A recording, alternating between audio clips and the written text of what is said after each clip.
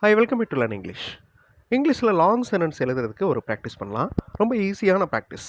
இது எங்கே இருக்கிறது என மக்கள் தெரிந்து கொள்ள விரும்புகின்றனர். இது சென்டென்ஸ். இதை நம்ம இங்கிலீஷில் சொல்ல போகிறோம். த பீப்புள் அப்படின்னு அந்த சென்டென்ஸ் ஆரம்பிக்கும். இந்த லாங் சென்டென்ஸில் கன்ஜங்ஷன், அதாவது இணைப்பு சொல் கண்டிப்பாக வரும். மேலே இருக்கிற கொஷின்ஸ் பாருங்களேன். வேர், ஒய், விச், ஹவு, இதெல்லாம் கொஷினுக்கு உண்டான வார்த்தைகள். ஆனால் இந்த சென்டென்ஸில் இது ஒரு இணைப்பு சொல்லாக யூஸ் ஆக போகுது, அதாவது கன்ஜங்ஷனாக யூஸ் ஆக போகுது. The people want to no, தெரிந்து கொள்ள விரும்புகின்றனர். வேர் இட் இஸ் சிச்சுவேட்டட், அது எங்கு இருக்கிறது என்பதை இந்த மக்கள் தெரிந்து கொள்ள விரும்புகின்றனர். இப்போ இந்த வேர் அப்படிங்கிறது ரெண்டு சென்டென்ஸை சேர்க்குது. இப்போ இந்த சென்டென்ஸை நீங்கள் சொல்கிறதுக்கு ட்ரை பண்ணுங்கள். கிராமர் மிஸ்டேக் பற்றி கவலைப்பட வேண்டாம். You just try to frame the sentence. மாணவர்களுக்கு எது விடை என்று புரியவில்லை. The students do. மீதி இருக்கிற சென்டென்ஸை ஃபில் பண்ணுங்கள். வீடியோ பாஸ் பண்ணிவிட்டு ட்ரை பண்ணுங்கள். ஆன்சர் ஃபியூ செகண்ட்ஸில் டிஸ்பிளே ஆகும். The students do not understand which the answer is. எந்த விடை என்று மாணவர்களுக்கு தெரியவில்லை. எது விடை என்று மாணவர்களுக்கு தெரியவில்லை. த students do not understand which the answer is. என்ன விடை என்று தெரியவில்லை அப்படின்னா வாட். இங்கே நான் வாட் அப்படிங்கிற வார்த்தை கொடுக்கல. எது விடை என்று தெரியவில்லை அப்படிங்கிறதுக்கு விச். அகைன் வீடியோ பாஸ் பண்ணிவிட்டு இந்த சென்டென்ஸை சொல்கிறதுக்கு ட்ரை பண்ணுங்கள். நீங்கள் ஏன் ஆங்கில இலக்கணம் கற்க வேண்டும் என கட்டாயம் தெரிய வேண்டும்.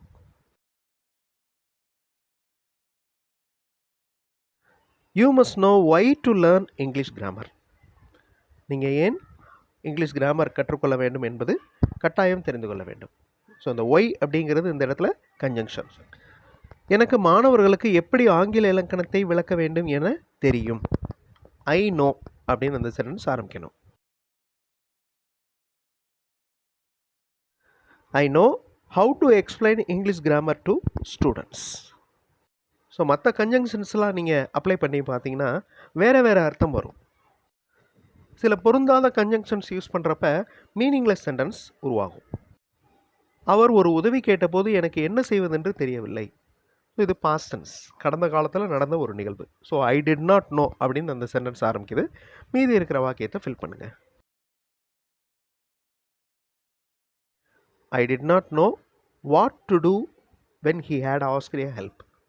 இங்கே ஹேட் வந்திருக்கு பாருங்களேன். Had asked. இது ஏன் ஹேட் வந்திருக்கு அப்படின்னா, ரெண்டு பாஸ்ட் ஈவெண்ட் நடக்கிறப்ப முதல்ல நடந்த பாஸ்ட் ஈவெண்ட்டுக்கு பாஸ்ட் பர்ஃபெக்ட் டென்ஸ் யூஸ் பண்ணணும். பாஸ்ட் பர்ஃபெக்ட் டென்ஸ் அப்படின்னாலே ஹேட் வந்துடும். இந்த பாஸ்ட் பர்ஃபெக்ட் டென்ஸ்க்கு நான் செப்பரேட் வீடியோ இந்த சேனலில் கொடுத்துருக்குறேன்.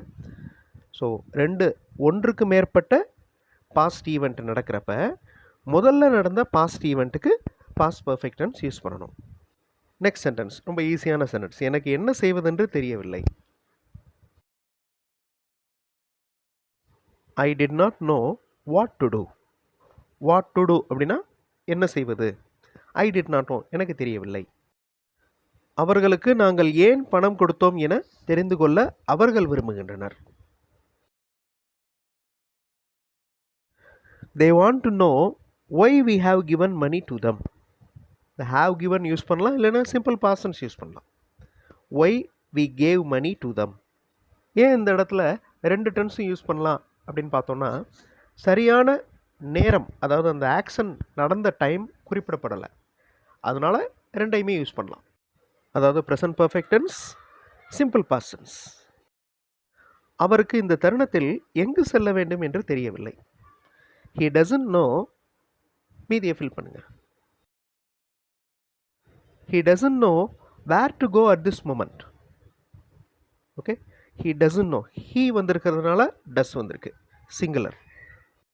மாணவர்களுக்கு எப்படி விடை எழுதுவது என்று தெரியும். The students know. மீதியை ஃபில் பண்ணுங்கள்.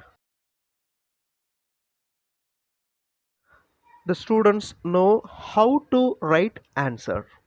எப்படி விடை எழுதுவது, அந்த எப்படிங்கிறதுக்கு ஹவு யூஸ் பண்ணியிருக்கிறோம். ஓகே, இப்போ நான் எனது கடிகாரத்தை எங்கு வைத்து விட்டேன் என தெரியவில்லை.